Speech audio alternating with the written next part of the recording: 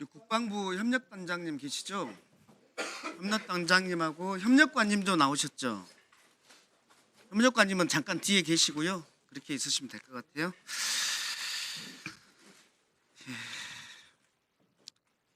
먼저 당부를 좀 드립니다. 어떤 특임단장은 갑자기 여당 국방위원장을 만나고 나서 본인이 작성하지도 않은 사령관 자수서를 옆에서 봤다면서 거기에는 국회의원 끌어내라는 내용은 없었다. 근데 오늘 보도는 그 자수서가 국회의원이라는 단어가 있다는 것이 밝혀졌습니다. 또 본인이 직접 대통령으로부터 전화 받지도 않았으면서 우리 사령관은 대통령으로부터 지시를 받은 적 없다라고 확신을 합니다. 이런 걸 보면서 부하들은 자괴감을 느끼거든요. 잘 증언해 주십시오. 네. 사장님, 우리 보좌진하고 통화해서 군인은 육하원 측에 따라서 말해야 한다라고 말씀하셨죠. 그렇습니다. 네, 오늘 질문에도 그렇게 간결하게 답변해 주세요. 네. 김철진, 김용현 장관의 군사보좌관 합참에서 근무할 당시에 업무연이 있죠? 같이 근무한 적 있죠? 뭐 국방부 전체로 보면 그 건물에서 근무한 적은 있지만 같은 업무 개선으로 근무한 적은 없습니다. 다만 알고 있는 사이입니다. 김용현 장관과는 지휘관을 모신 적으로 있죠? 20년 전에 1, 2경비단장 네, 좋습니다. 시작할 때 대유 실무자로 근무. 상황 설명을 좀 드릴게요. 12월 2일입니다. 12월 2일 오전에 이진우 수방사령관이 김용현 국방부 장관한테 이런 보고를 합니다. 계엄 시에 수방사는 이렇게 움직이겠다는 보고를 하는데 거기에 뭐 쭉 나옵니다. 수호시 TF도 나오고 공포탄 개인 불출도 나오고 새지렛대 망치 톱 휴대도 나옵니다. 거기에 어떤 내용이 나오냐면 국회 협력단 지원을 받아서 국회의사당 등에 병력을 세밀 배치한다. 이렇게 나오거든요. 그런데 12월 2일 날 오후에 단장님 김용현 장관 만났죠? 네, 그렇습니다. 예, 김철진 보좌관하고 같이 만났죠? 예, 맞습니다. 네. 이렇게 보내기가 네, 무슨 얘기를 했습니까? 일단 13시 50분 경에 전 장관께서 국회 협력단 사무실로 오셨고 국회 본회의를 준비하는 내용, 즉 당시에 거기에서 이번 임무와 관련된 김용현 단장을 아니죠. 김용현 국방부 장관이 이진우 수방사령관으로부터 국회 협력관실을 이용하겠다라는 얘기를 했는데 그 김용현 장관이 그 보고를 받고 오후에 그 실행을 해줄 단장님을 만났는데 아무런 얘기도 없었습니까? 없었습니다. 오후에 오시는 거는 본회의 일정 때문에 오신 것으로 알고 있습니다. 오전에 보고받은 사람이 오후에 직접 당사자를 만났는데 아무 얘기가 없었다. 그렇습니다. 예, 12월 3일입니다. 계엄 발동 직후에 22시 45분에 김용현 장관으로부터 전화 받으셨죠? 네. 무슨 내용이었습니까? 어디냐 물어서 삼각지 독심 숙소라고 답변했고 예. 수방사령관하고 통화해 특전사하고 하면서 급하게 전화를 끊었습니다. 통화해라고 했는데 어떤 내용을 통화해? 무엇을 통화해? 라고 얘기하지 않았습니까? 네. 아니 통화하라고만 하고 무엇을 이란 얘기를 하지 않은 통화를 했단 말이에요? 일단 그렇게 지시를 하셨고 그게 사실입니다. 그것은 이미 사전에 무슨 내용을 통화할지를 이미 알기 때문에 내용에 대해서는 지시할 필요가 없는 거 아니에요? 그러니까 통화해 시기만 결정된 것이지 내용은 이미 서로 간 합의됐으니까 내용 없이 지금 통화해 라고 한 거 아닐까요? 이게 합리적인 거 아니에요? 합의되지 않았고 이게 합리적인 거 아니에요? 합의되지 않았습니다. 저도 가장 답답한 아무런 내용도 없이 통화해라고 하는 게 그런 통화를 국방부 장관이 한다는 게 말이 됩니까? 당시 굉장히 급하게 여러 전화를 하신 걸로 알고 있습니다. 예, 그래서 23시부터 수방사령관에게 전화를 하시거나 또는 수방사령관으로부터 전화를 왔죠. 총 8차례 소방사령관으로부터 전화를 수신했습니다. 네, 어떤 내용이었습니까? 병력을 안내해달라는 취지의 말을 계속했습니다. 예, 그래서 어떻게 했습니까? 저는 거듭 어렵다는 취지로 답변하였습니다. 어렵다고 했습니까? 네, 그게 맞습니까? 네, 그렇습니다. 네, 알겠습니다. 그러면 더 물을게요. 23시 14분에 이진우의 요청을 거부했다는 거거든요. 어렵다. 네, 길 안내 해줄 수 없다. 이렇게 대답했다는 건데 그런데 23시 45분부터 이진우는 본인 밑에 있는 수방사 특임대한테 이렇게 얘기합니다. 국회로 이동해서 출입하는 모든 인원을 통제해라. 양재영이라는 사람을 만나서 그 사람을 도와라 라고 지시를 합니다. 또 24시 4분경에는 이진우는 수방사 김창학 군사경찰단장에게 특임중대가 국회 안으로 들어가서 양재용 장관을 만나서 게이트를 하나 받은 다음에 그곳을 차단해라 라고 합니다. 그 김창학은 다시 1시 35분에서 36분 사이에 자기 밑에 선발대하고 후발대 지휘관들에게 국회 안으로 들어가서 양재용 장관을 만나라 라고 계속해서 지시를 합니다. 그러면서 계엄군은 계속해서 국회 안으로 진입을 합니다. 해제 이후에도. 단장님께서 이진우에게 그렇게 거절을 단호하게 했는데 어떻게 이진우는 그 이후에 계속해서 자기 밑에 부하들에게 그 지시를 합니까? 그 지시가 살아 움직입니까? 이상하지 않아요? 문제가 있다고 판단했고 협조할 수 있는 상황도 아니었습니다. 그리고 저는 소방사 제가 군사경찰단장을 그 말을 모릅니다. 다시 듣겠다는 게 아니라 그럼에도 불구하고 이진우는 자기 부하들에게 계속해서 양재영을 만나라라고 하는 게 이상하다라는 말씀을 드리는 거예요. 1시 6분 말씀드릴게요. 곽종근, 김현태 이런 분들하고 계엄 전후로 통화한 적 있습니까? 없습니다. 그러면은 국회 협력단실에 도착한 게 23시 28분이죠. 네, 맞습니다. 그 이후에 계속 협력단실에 있었습니까? 처음에 들어와서 상황 파악을 위해서 로텐도홀에 한번 올라간 적이 있고 예. 그 이후에는 대부분 국회 협력단실에서 대기를 했습니다. 예. 그러면 협력단실에 있었던 다른 인원들이 곽종근이나 김현태하고 통화한 적이 있습니까? 없습니다. 확인했습니까? 네, 어떻게 확인했습니까? 인원들한테 물어봤고 다 물어봤습니까? 국회 협력단 특성상 그 인원들이랑 통화할 일이 없습니다. 강태훈 협력관님 전화한 적 있습니까? 없습니까? 전혀 없습니까? 예, 없습니다. 여기 5명 그날 있었죠? 5명 있었는데 그분들 다 통화한 적 없습니까? 제가 알기는 한에서는 통화한 사실이 없습니다.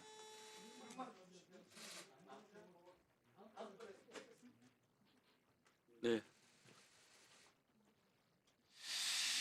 1시 1분에 계엄이 해제되거든요. 네, 그런데 1시 6분에 김현태가 본관 4층에 있다가 지하 1층으로 내려와서 차단기를 내립니다. 그런데 1시 11분에 특임대 텔레그램 단체방에 정문들, 요원들 전원 모여라. 조용한 루트를 찾아서 들어가는 중이다. 이렇게 하고 있거든요. 거기가 어디냐면 108호죠. 협력관실이. 맞습니다. 지하 1층이 바로 그 밑입니다. 그리고 거기에서 하나 올라가면 로텐도홀 2층입니다. 그런데 어떻게 이 특임단이 내부를 전혀 모른다는 사람들이 갑자기 4층에 있다가 지하 1층에 하나 열려있는 이 분전만을 찾을 수가 있었을까? 내부에 조력 없이 할 수 있었을까요? 그 내부 조력을 협력관실에는 저는 없다고 보는데 어떻게 생각하세요? 전혀 그런 사실이 없습니다. 예, 다시 보시죠. 그 성일종 국방위원장님 네, 그렇습니다. 당시 유엔사 후방기지 출장으로 여기 추미애 의원님, 한기 의원님 포함해서 5분이 일본에 출장 중이셨습니다. 그래서 제가 23시 50분에 국회 상황이 이렇다라고 전화를 드렸고 성일종 국방위원장께서는 비행기표를 땡겨서 4일날 오전에 귀국할 것이니 그때 저를 보자고 하셨습니다. 네, 만났습니다. 일단 크게 기분이 좋지 않는 상태였고 국방부 장관이 전화를 안 받는다. 어떻게 이런 일이 있는데 국방위원장한테 전화도 안 하느냐. 이런 류의 말씀을 좀 하셨습니다. 네. 12월 4일 21시경에 국방위원장의 두 번째 호출로 4층에 위원장실에서 면담 후에 오전에 한 12시경에 앞으로 국회가 폐쇄될 것이다라는 인터넷 기사를 접하게 됐고 앞으로 당분간 못 들어오겠구나. 마지막 좀 확인을 해봐야겠다라는 차원에서 태그를 해보니 그때는 전자 시스템은 폐쇄가 되지 않은 상태였습니다. 12월 5일까지 오전까지. 그래서 들어가서 TV가 켜져 있어서 TV 끄고 전열 기구가 있어서 그거 끄고 또 제 책상 위에 있는 플라스틱 비다고 머리에 바른 헤어젤을 주머니에 넣고 나왔습니다. 자, 마무리해 주세요. 네.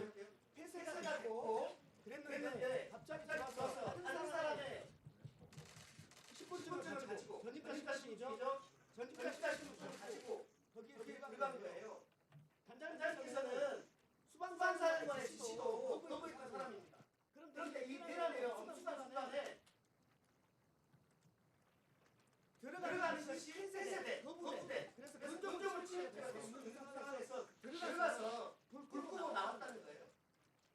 네, 지금 돌이켜 보면 생각이 깊지 못했다라는 생각을 하고 있습니다. 다만 마지막에 좀 저희가 12월 4일 05시 16분에 갑작스럽게 전부 다 이탈을 했습니다.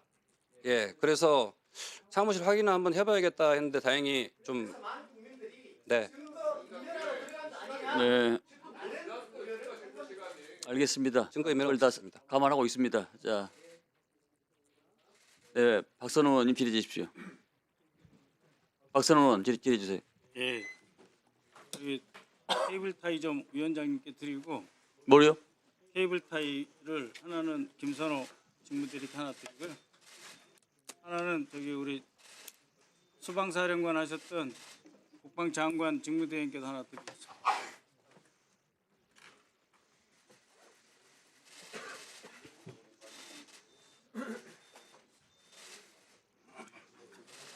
이게 케이블 타입입니까?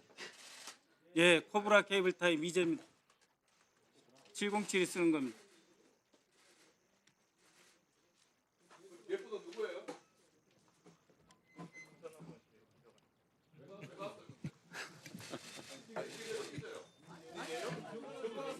왜 시비 걸어? 아,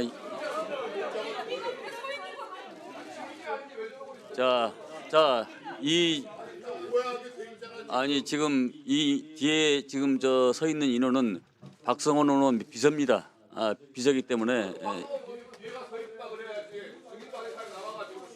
자 가만 계세요. 자, 빨리 시작하세요. 네. 장관 직무대행님, 707 단장 김현태가 최근에 헌법재판소와 국방위원회에서 기존의 진술을 뒤집는 위증을 하고 있습니다. 알고 계십니까? 뭐 가서 각자 자기가 맞는 그 상황에서 진술을 하는 걸로 알고 있습니다. 다른 진술을 하고 있죠. 김현태는 지난 2월 6일 헌법재판소에서 국회에 가지고 갔던 케이블 타이는 사람을 묶는 용도는 절대 아니고 문을 봉쇄하는 용도라고 증언했습니다. 그런데 이것이 새빨간 거짓말이라는 거 알고 계시죠? 잠깐 좀 오세요. 예, 잘 알고 계실 것입니다. 내버려 두세요. 707 특임대 모습을 하고 있는 겁니다. 왜 그러세요? 답답하면 그렇게 하십시오. 자, 보세요. 이것이 바로 707 특임대가 갖고 있는 코브라 케이블 타임. 자, 이걸로 당기면은 이렇게 손이 그걸 조여집니다. 그렇죠? 그렇지 않습니까? 이렇게 이게 수갑입니다. 수갑해 가지고 이걸로 당기면 못 도망가고 그걸 왜- 통증을 주기 때문에 이걸로 끌고 가면 가는 거예요. 예? 예? 이거 하면은 질의를 못 하잖아요. 이거 20초 빼주세요. 20초 빼줘. 못 풉니다. 자, 슬라이드 올려주세요. 아니 농담할 때가 아니에요. 자, 바로 이것입니다. 707이 휴대한 케이블 타이 2종. 네? 저 케이블 타이는 사람을 묶도록 설계된 바로 이런 것이기 때문에 구조상의 문을 봉쇄할 수 없습니다. 장관 직무대행님, 이걸로 문을 봉쇄 용도 맞습니까? 수방사 특임대 있었죠? 예, 뭐 제가 그 장비를 직접 운영해 본 적이 없는데 뭐 드릴 말씀 없습니다. 실질적으로 이게 그리고 이건네. 오늘 707의 다른 종류의 케이블 타이 저 양쪽 손 얄팍하게 생긴 거 그걸로 봉쇄하려고 했다고 하는데 12월 3일 밤 국회 본청 출입문을 봉쇄하고 있는 707 특임단의 실제 영상 한번 봐보십시오. 영상 한번 올려주세요. 자, 김현태 단장 보이고 아니 그거 아닌데 그 다음 거 예, 바로 저겁니다. 저것이 바로 이 포박용 코브라 케이블 타이가 문을 봉쇄하는 용이 아니다라고는 보여주고 있죠. 자, 뭘로 문을 봉쇄하고 있습니까? 강목과 정테이프로 문을 봉쇄하고 있지 않습니까? 문 봉쇄용하고 포박용 수갑 전혀 다른 거예요. 국회의원들 잡아다 끌고 가려고 이렇게 준비해 온 겁니다. 그리고 그다음 영상 그냥 보여주세요. 계속. 그리고 이거는 331호 본청 옆입니다. 김현태 단장은 문을 부수고라도 의원들을 끌어내라는 윤석열 지시에 따라 707 대원을 이끌고 직접 본청 3층으로 올라갔고 국회 직원들의 문을 차단하기 위해 감아놓은 소방호스를 칼로 자르고 본회의장으로 난입합니다. 처음에 폭파하려다가 호스를 자른 장면이고 그 위에 소방호스선이 잘려서 저렇게 뒹굴고 있는 것입니다. 우리 스스로 국회를 보호하려는 소방호스를 다 자르고 침탈하고 있는 장면입니다. 바로 저것이 김현태입니다. 장관 직무대행님, 직접 본회의장을 침탈하고 폭약을 쓰려고까지 준비했다가 소방 호스까지 다 끊고 들어온 것이 바로 그날 내란 주동자 특임대입니다. 자, 그럼에도 불구하고 직무대행님 아직도 707 단장이라는 중요 직위에 있습니다. 왜 직위 해제를 하지 않고 계십니까? 예, 제가 지금 이번 사태와 관련돼서 보직해임 직위 해제하는 원칙은 정확하게 그 사안에 대한 혐의가 입증이 돼서 기소가 된 사람에 한해서 입증 안 된 사람 를 하고 있기 때문에 정성우 대령 이런 사람들은 잘도 해제시켰던데요. 그것은 제가 절제는 왜 보냈습니까? 근데 왜 707 특임 단장 국회 심장부로 치고 들어와서 포박하려고 했고 소방 호스 자르고 창문 깨고 들어온 사람을 왜 그냥 두시는 거예요? 지작사령관 나와주십시오. 간단하게 묻겠습니다. 네. 24년 6월 김영현 그리고 내란수계 윤석열 방첩사령관 등과 함께 만찬 때 김영현이 대통령에게 이들이 바로 충성하는 내 장군이다 이런 말을 했죠. 그 자리에 계셨죠? 있었지만 제가 충성한다고 하지도 않았고 그 이야기 들은 김영현이 그렇게 대통령께 충성하는 내 장군이라 했고 그 행사 직후 방첩사 방문했죠. 방첩사는 그러니까 방문했죠. 방문은 했는데 예, 됐어요. 사이버 작전사 질문이 많아요. 갔다가 들렸습니다. 그럼 나중에 시간 더 주세요. 답변 길게 하시니까. 그 다음에 11월 초에 여인영이 방첩사령관 여인영이 김영현에게 지긋티읕 시옷 비읍 각오되어 있음 그 문자 보신 적 있죠? 언론 보고 알았습니다. 언론 보고 알았죠. 거기서 지읒이 사성장군 지작사 알고 계시죠? 그것도 언론 보고 알았습니다. 그러니까 말이에요. 그 부분에 왜 이렇게 대해서는 지작사령관이 이따 계속 답변을 나옵니까? 11월 달에 원점 타격 시 모든 화력을 퍼보라 지시하신 적 있죠? 그런 지시한 적 없습니다. 예. 아까 강선영 의원이 뭐 긴급 조치반 출동 어쩌고 저쩌고 하는데 9월 달 24일, 10월 23일, 11월은 12일, 11월 어물풍선, 11월 28일, 11월 28일 단 2차례 왔죠. 알고 계시죠? 11월 달에 2번 있었습니다. 그렇죠. 그렇지 않습니까? 매우 평온한 시기였습니다. 그 다음에 또 묻겠습니다. 12월 3일 9.3회 준장 사령관께 인사 왔죠? 그렇지 않습니다. 그 다음에 노상훈 수첩에서 시민들이 반항하고 시위를 하면 진압하는 부대로 지작사령관 용인에 있는 지작사령부를 투입하라. 그 수첩 보셨죠? 언론 보고 알았습니다. 지작사령관과 노상훈 전혀 관련 없습니까? 10여 년 전에 같이 근무한 적은 있지만 그러니까 말해요. 다 그렇게 돼 있어요. 방정환 장군 한때 노상훈 모셨고 같이 근무하셨고 원천이 연대장 때 대대장 했고 같이 그렇지 근무했다고. 않습니까? 문상호 노상훈 밑에 근무했고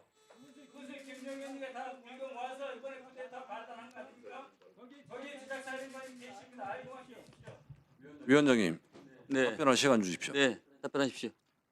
두 가지만 말씀드리겠습니다. 그 메모 여인영이 수첩 메모와 관련해서 그 제가 한 가지 말씀드릴 사항은 JTBC 1월 8일자 보도에 검찰 수사 결과 그 메모를 작성한 시점과 동일한 휴대폰 메모장에 비상계엄이 발령이 되었을 때 따르지 않을 사성 장군, 합참의장, 지상작전 사령관을 포함한 4명은 교체해야 된다. 이렇게 기록이 되어 있습니다. 지금 의원님께서 말씀하시는 그 내용과 지금 제가 JTBC에 보도된 내용은 상충되는 내용입니다. 자. 아니, 두 번째는 6월 안가 모임 이후에 제가 공소장을 보고 알았는데 그때 참석했던 사람 중에 저를 제외한 나머지는 수차례의 모임이 있었습니다. 저는 그런 모임에 간 적도 없을 뿐더러 그런 모임이 있었다는 자체도 알겠습니다. 공소장을 보고 예. 알았습니다. 세 번째, 세 번째. 오상원 수첩 그 관련한 내용에 대해서 한 가지만 말씀드리고 마치겠습니다. 그 수첩과 관련해서는 저는 아는 바가 없습니다. 두 번째, 그 수첩 내용은 비이성적이고 반인륜적인 내용입니다. 저도 그 내용을 언론을 보고 붕괴를 했습니다. 그런 내용과 저희 지작사 또는 저와 연계시킨다는 것은 심한 모욕입니다. 참고적으로 거기에 나와 있는 그 34단 같은 경우는 2020년에 30기갑여단으로 부대가 개편돼서 현재는 존재하지도 않는 부대입니다. 이상입니다. 자, 박 의원 이거 끝나고 하세요. 자, 끝나고 하세요. 가만히 있어요. 박 의원 가만히. 자, 의사 진행 말하십시오. 김병주 의원하고 다른 길은 아니고 입법부 일원으로서의 같이 일을 하고 있는데 어찌 다른 길입니까? 잠깐만요.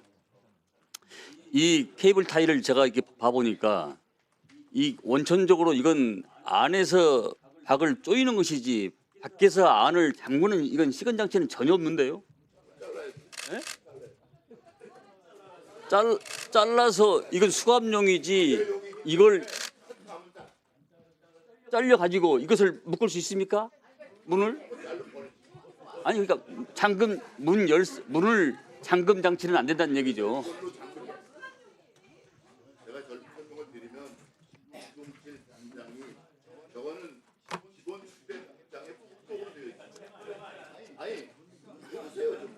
자, 됐습니다, 한 의원님. 자, 잠깐 아닙니다. 자, 이따 하십시오. 뭐 왜? 뭔 내용으로 쓰시는 말이래?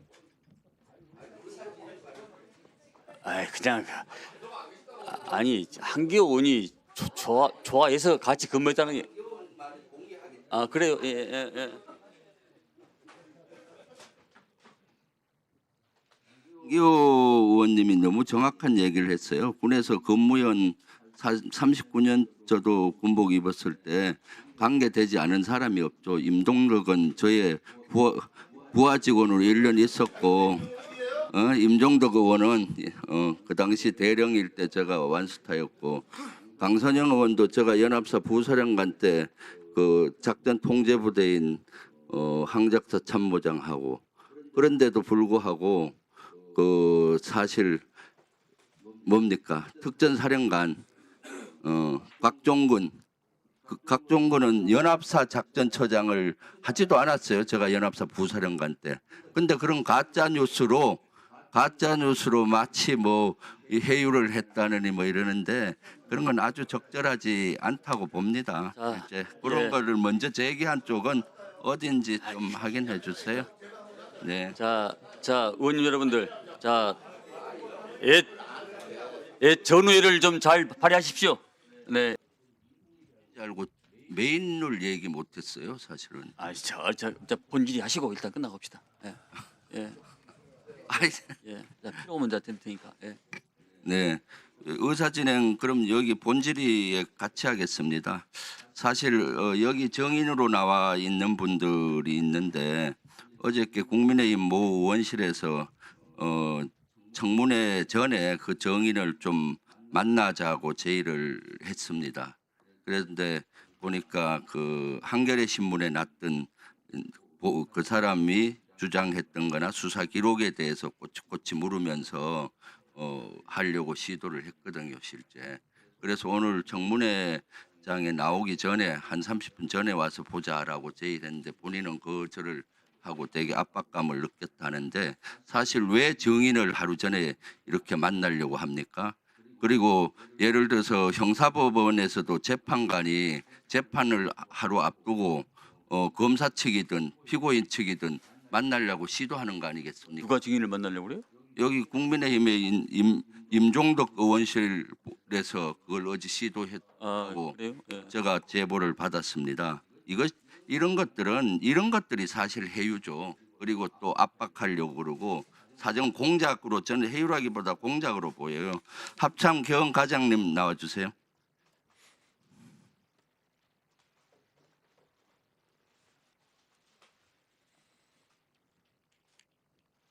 네, 합참 전 경험과장입니다. 네. 그 어저께 이러한 것들 연락을 받으셨죠? 방금 말씀하신 것만 네네. 네, 연락 받았습니다. 그래서 어떻게 답변했습니까?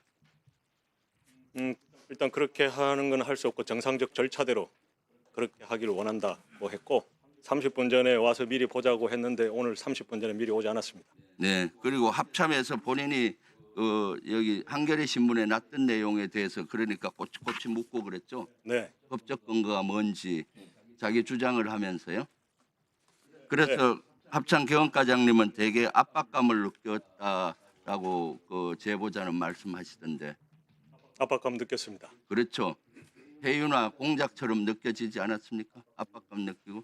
일단은 뭐 그거보다는 압박감을 느낄 건 사실입니다. 네. 그래서 이런 것들이야말로 해서는 안 되는 일인데 이것은 그 위원장님께서 이따가 경고를 한번 주시고요. 여기 의사진행 발언 내용입니다. 그래서 좀 추가 시간을 줬으면 좋겠고요. 거기 어저께 그 사람들이 질의하려는 거를 제가 대신 질의할게요. 어제 전화로 했던 내용들 대부분이. 합참의 그 개헌과장님은 평소에 전시에 대비한 계엄 훈련을 하는 보직이죠. 그렇습니다. 네. 그래서 사실 합참에서 계엄에 관련된 최고의 권위자잖아요. 권위자가 되려고 노력하고 네. 있습니다. 계엄을 이번에 할 때 비상계엄 때도 합참 내에 자체 계엄 사령관 밑에 합참 인원으로 계엄 사무소를 운영을 준비 중이었잖아요. 그죠? 그렇습니다. 구성을 준비 지원 중이었습니다. 그 사항은 의장한테 보고는 했습니까? 계엄 준비하는 의장은 당연히 알겠죠. 합참 인원으로 주로. 그 부분은 제가 정확하게 모르겠습니다. 네, 한 20명 정도로 구성돼 있죠. 20여 명이었습니다. 네, 합참 인원으로 주로 했어요. 합참 인원들과 국방부 조사본부 네. 인원이 있었습니다. 그다음 포고령 계엄 선포하면 대통령이 서명에 들어가서 공고문 같은 거를 실제로 다 서명을 하고 해야 되잖아요. 그렇습니다. 그 슬라이드 한번 비춰 주시죠. 실제 보면은 포고문이 있고 담화문, 경고문, 공고문, 훈령 이런 것들이 있는데 포고문은 실제 요 설명을 한번 해주세요. 기한을 하고 요 처리 절차에 대해서 이대로 준용이 안 된 것 같아요. 근본적으로 포고문을 작성하기 위해서는 대통령의 서명이 들어간 계엄 선포문, 그러니까 공고문이 있어야 합니다. 그것이 있어야 포고문이 작성이 되고 그 포고문을 작성을 할 때는 슬라이드에서 보시는 저 절차를 다 거쳐야 됩니다. 그렇죠. 저기에서 나오지 않은 계엄 선포문, 대통령의 공고문은 또 다른 법적 절차, 다시 말해서 국방부에서 건의를 한다면 국방부에서 계엄 선포문 안을 건의를 하고 국무심의를 통해서 이후에 대통령의 제가 이후에 공고하게 되어 있습니다. 이번에는 실제 그 윤석열 측에서는 이러한 절차를 전혀 준용이 안 한 거죠. 그것은 제가 모르겠습니다. 제가 명확하게 말씀드릴 수 있는 것은 네. 그렇게 언론에 나온 그대로 서명이 들어간 대통령의 계엄 선포문인 공고문과 그리고 이미 포고령 1호가 발령되었다고 하는데 당시에 합참 계엄과장으로서 지원 임무를 간 저는 그 서명이 들어간 계엄 포고령 1호도 보지를 못했다는 게 팩트입니다. 그렇죠. 실제 서명 들어간 것들 못 보고요. 네, 그리고 포고령도 그 합참 과장은 전혀 못 봤다는 거 아니에요? 포고령도. 포고령을 서명 들어간 일체 보지 못했고 차후에 거의 계엄이 끝나가는 즈음에 다른 곳에서 복사본, 서명이 되어 있지 않은 복사본을 본 적이 있습니다. 그래서 이번에 사실은 그리고 계엄 사령관이나 부사령관 합동수사 본부장 임명도 대통령이 해야 되는데 임명장 받습니까? 임명장을 주게 돼 있잖아요. 어떻게 돼 있나요? 임명장은 뭐 꼭 저에게 줘야 되는 것은 아니지만 네. 그 부분에 대한 임명장을 저는 보지 못했다라는 걸 말씀을 드렸습니다. 부사령관이 누구였는지 합동수사 본부장이 누구였는지 언제 알았습니까?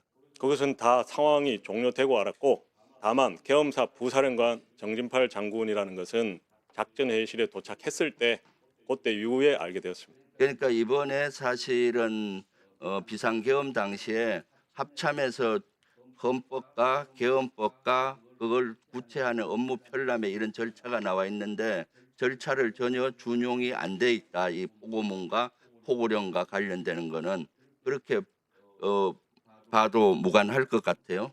실제. 일단 그런 부분은 제가 판단할 영역을 가지고 있는 그대로 팩트만 일단 다 말씀을 드렸습니다. 네, 들어갔어요. 다음 저기 이경민 우리 수방 방첩사 좀 나와주세요. 아까 위원장님 한 1분만 더 주세요. 아까 제가 그랬으니까요. 방첩사 네, 참모장입니다. 네. 슬라이드 한번 띄워주세요. 그 다음 슬라이드.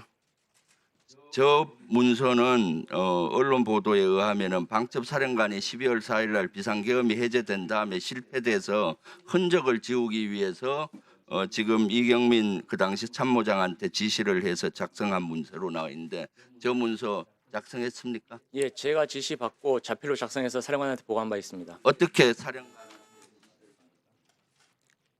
그 12월 4일 아침에 제 기억에 의하면은 사령관이 저를 불러가지고 내가 계엄을 미리 알았더라면 휴가를 갔겠느냐 그 얘기를 먼저 하면서 그리고 또 장군 처장이 해외 출장을 보냈겠느냐 이런 이야기를 하면서 저한테 좀 한번 적어봐라. 그래서 계엄을 사전에 몰랐던 이유에 관한 사령관 이야기를 쭉 이야기를 해가지고 그 내용을 적어서 제가 사령관한테 보고한 바 있습니다. 몇 시에 지시를 받았죠? 시간은 정확하게 기억이 안 나고 대략 오전 아침 정도인 것 같습니다. 12월 4일 아침에만 실패를 하고 거의 예, 그 됐고 이유가 예. 그다음 저걸 작성을 해서 보고 시점은 언젠가요? 오후 정도 되는 것 같습니다. 오후에 했고 그럼 저것을 출력을 여러 분 해서 나중에 다른 사무실에서 출력본이 압수수색 과정에 나왔잖아요. 그 전 과정을 예. 제가 시간이 없으니까 예. 좀 설명을 조금 구체적으로 해주세요. 예, 그래서 제가 그 지시를 받고 제가 그 수첩에 그냥 대강 메모한 것을 가지고 제 사무실에 와서 그 A4 용지에 다시 자필로 적었습니다. 자필로 적어서 오후에 사령관한테 보고를 하니까 사령관이 조금 수정을 하더니 이것을 타이핑을 해와라. 그래서 그 문서를 가지고 나와가지고 그거는 참모장 업무가 아니라고 생각했기 때문에 제가 비서실 중령한테 그 내용을 전달하면서 이거 타이핑해서 비서실에서 사령관님께 보고 드려라. 그렇게 하고 내려왔습니다. 제가 판단하기에는 흔적 지우기는 아닌 것 같습니다. 그 당일날 행적에 대해서 그냥 쭉 정리하는 차원이라고 생각을 했습니다. 예, 그렇습니다. 그러니까 당시에 저도 그 사령관도 계엄을 예상 못했다고 생각하기 때문에 그런 하루의 행적을 적으라는 거구나 그렇게 생각을 했었습니다. 예. 네, 여야 의원님께 공의 말씀을 드립니다. 사전 모의로 의심될 수 있는 그런 여러 가지 언행과 행동들은 자제해 주시기 바랍니다. 자, 백혜련 의원님 실례해 주십시오. 자, 이따 하십시오. 먼저 백혜련 김영권 방첩부대장님 이따 나와주세요. 가만 있어 봐요. 자, 다시 시작하세요. 예.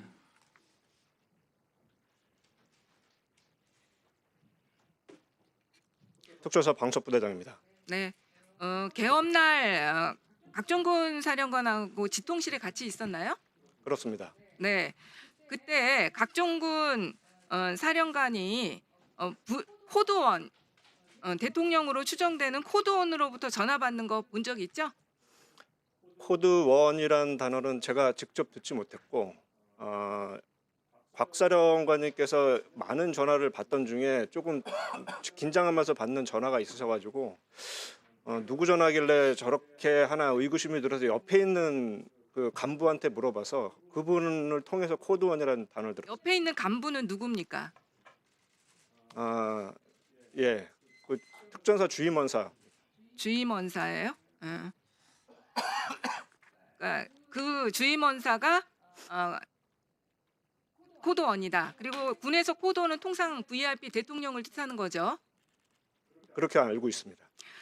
그 전화를 받으면서 각종군 사령관의 태도가 어땠나요?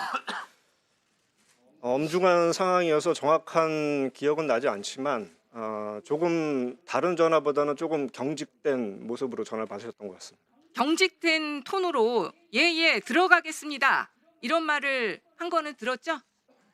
예, 멀지 않은 거리여서 그 부분은 들었습니다. 네, 들어가겠습니다. 네, 그때 상황으로는 뭐 국회에 들어가겠다는 그 말로 이해하는 것 수밖에 없는 상황인 거죠. 특전사가 국회에 나가 있었기 때문에 그렇게 인식을 했습니다. 더 정확하게 다른 말 들은 건 없습니까? 국회의원들을 체포하라든지 이런 이야기는 들은 건 없어요? 직접 들은 건 없습니다. 그러나 어쨌든 이 코드원으로 추정되는 전화를 각종군 사령관이 받고 나서 바로 국회의원들을 체포하라는 지시가 내려간 거는 맞죠? 그 부분도 제가 인지 못하고 있습니다. 그 각종군 사령관의 제일 옆에는 누가 있었습니까? 당시 지통실에? 사령관님께서 가운데 앉으셨기 때문에 그 좌측에는 왼쪽에는 조금 전 말씀드렸던 주임원사가 앉아 있었고 그 오른쪽에는 그 특전사 참모장이 앉아 계셨습니다. 특전사 참모장이요? 네. 들어가 주세요. 그러면 특전사 참모장 오늘 나왔죠? 안 나왔나? 참모장은 안 나왔네. 남기동 감찰실장님 좀 잠깐 나와보세요. 그러면.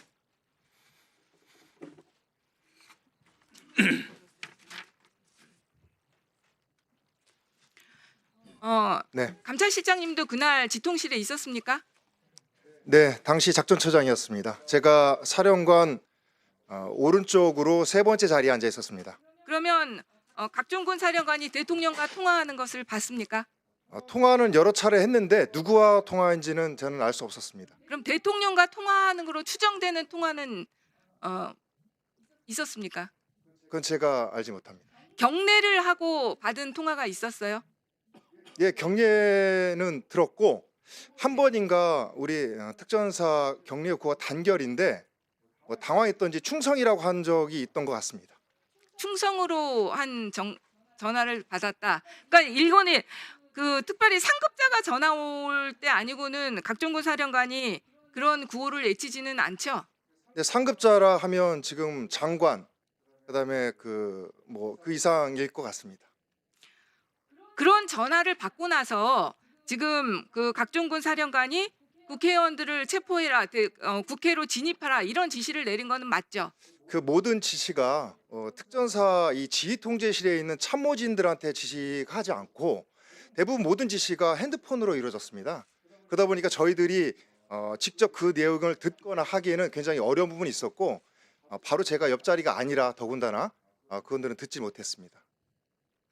일단 들어가시고요. 그다음에 이상현 일공수 특전 여단장님 나오세요.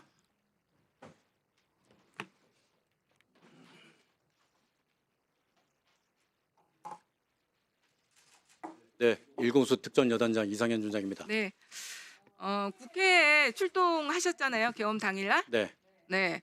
그때 사령관님께서 상부 지시로 문을 부수고 국회의원 끌어내라. 필요하면 전기를 차단해라. 이런 지시를 받았죠? 네. 네. 어떤 정확한 워딩은 지시를 받은 거예요? 00시 50분에서 01시 사이에 보안폰으로 전화하셨습니다. 화상회의를 했는데 대통령님께서 문을 부셔서라도 국회의원을 끄집어내라 고 말씀하셨어. 전기라도 필요하면 끊어라 이렇게 말씀하셨습니다. 지시를 받았습니다. 그러니까 각종군 사령관은 명확하게 대통령이 국회 문을 부수고 국회의원을 끌어내라. 그리고 필요하면 전기를 차단해라도 이런 지시를 했기 때문에 또 그 지시를 이상현 단장에게 전달을 한 거죠. 네, 그래서 저는 군인은 상관의 중요한 지시를 받으면 기계적으로 복명복창하도록 되어 있습니다. 그래서 제가 복명복창을 대통령님께서 그런 지시를 하셨다는 말씀이십니까? 하고 복명복창을 했는데 응 하고 약간 이렇게 주저하시는 목소리를 하면서 전화 끊으셨습니다. 네, 그러니까는 지금 이상현 단장님께서 대통령께서 그런 지시를 하셨습니까? 이런 말까지 했다는 거죠. 그러니까 명확하게 대통령의 지시라는 게 모든 부대원들에게 전파가 됐겠네요. 모든 부대가 아니고 제 차에서 그 받았기 때문에 차량에 탑승한 내부 인원들이 몇 명이 들은 걸로 확인했습니다. 그러니까 차량에 4명이 탑승했고 차량에 있는 인원들은 다 들었을 것이다. 그럼 혹시 여기 증인 중에 차량에 탑승한 사람 혹시 있나요? 네, 작전 참모 있습니다. 네, 그럼 작전 참모 나오세요. 그리고 마침 그 전화가 끝날 때쯤 일대대장 전화가 왔습니다. 그래서 제가 동일한 대통령께서 이러한 지시를 하셨다라고 했는데 나중에 수사 과정에서 그 녹취가 돼 있는 게 확인됐습니다. 네, 녹취까지 있다는 것이죠? 네. 알겠습니다. 작전 부장님도 잠깐 앞으로 잠깐 대기하고 계시고요. 예, 지금까지 그 여단장님 진술 들으셨잖아요. 예, 네, 모두 사실이죠? 예, 사실입니다. 네, 그때 차량에 같이 있었고 각종군 사령관이 대통령의 지시로 문을 부수고 국회의원 끌어내라는 지시를 하니까 이상현 단장이 대통령이 그런 지시를 한 게 맞냐 이렇게 얘기를 했고 그 차 안에 있던 사람들은 모두 그것을 들었다. 예, 문맥상으로 맞고 제가 그 정확한 워딩은 기억하지 못하지만 대통령님 지시라는 그 단어는 제가 기억하고 있습니다. 그러니까 일선 부대원들한테 대통령의 지시라는 것은 너무나 큰 지시이기 때문에 이것은 헷갈릴 수가 없는 거죠. 이 군생활 동안에 대통령의 지시라는 건 처음 들은 거 아니에요? 예, 임팩트가 있기 때문에 기억하고 있습니다. 네, 추가로 더 기억나는 사실은 없습니까? 예, 추가로 드릴 말씀 없습니다. 네, 되셨고요. 잠깐 이상현 단장님 다시 나와주세요. 그 이후에 제가 한 조치를 말씀드리겠습니다. 네. 일대장한테 전화는 이게 대통령 지시사항이라고 전달했는데 다소 당혹스러웠습니다. 왜냐하면 저희는 707과 틀리게 야시경이 없었고 일부 인원들만 뭐 휴대낭에 가져온 인원도 있지만 대부분은 야시 장비가 없었습니다. 당혹스러웠다가 갑자기 이게 정치적 문제일 수 있겠다 이 생각이 들어서 부대원들을 건물 밖으로 나오라고 통제를 했습니다.